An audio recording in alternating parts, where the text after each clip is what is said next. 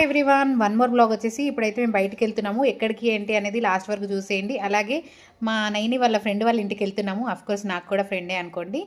Yes, మీ అందరికి అర్థమై ఉంటుంది. ఇప్పుడు క్రేజీ కపుల్స్ చాలా చాలా బాగా రిసీవ్ చేసుకున్నారు. అండ్ ఫస్ట్ టైం వాళ్ళ ఇంటికి వెళ్ళినాను, అయినా ఫస్ట్ టైం వెళ్ళినట్టు అనిపించలేదు. బాగా రిసీవ్ చేసుకున్నారు. ఒక ఫ్యామిలీ మెంబర్స్లా కలిసిపోయారనమాట. నిజంగా చాలా హ్యాపీ అనిపించింది.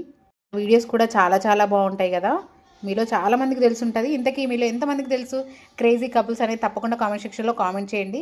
ఇంకా మా పాప వాళ్ళ పాప అయితే వదలకుండా ఎలా ఆడుకుంటున్నారో చూడండి. చాలా బెస్ట్ ఫ్రెండ్స్ అయిపోయారనమాట. అంటే పిల్లలు ఉంటే ఇలానే ఉంటుంది కదా.